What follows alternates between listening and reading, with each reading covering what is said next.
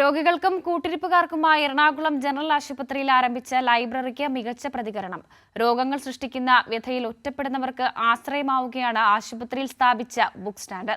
അടുത്ത ഘട്ടമായി വീടുകളിലെ കിടപ്പുരോഗികൾക്കും പുസ്തകങ്ങൾ എത്തിച്ചു നൽകും. എറണാകുളം ജനറൽ ആശുപത്രിയിൽ രോഗികൾക്കൊപ്പം ബൈസ്റ്റാൻഡർ മാത്രമല്ല ബുക്ക് സ്റ്റാൻഡറും ഉണ്ടിപ്പോൾ.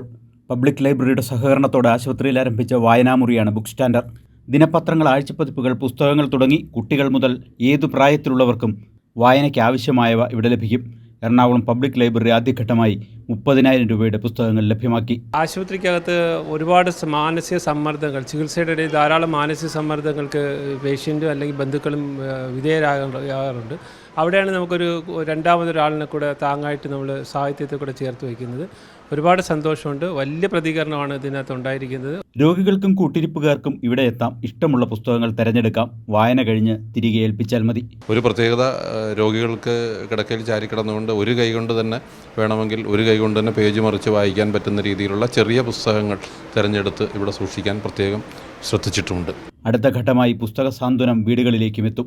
കിടപ്പ് രോഗികൾക്ക് പുസ്തകങ്ങൾ എത്തിച്ചു നൽകുന്ന പദ്ധതിയായ ബുക്ക് സ്റ്റാൻഡർ ഓൺ മൂവ് ഉടൻ നിലവിൽ വരും.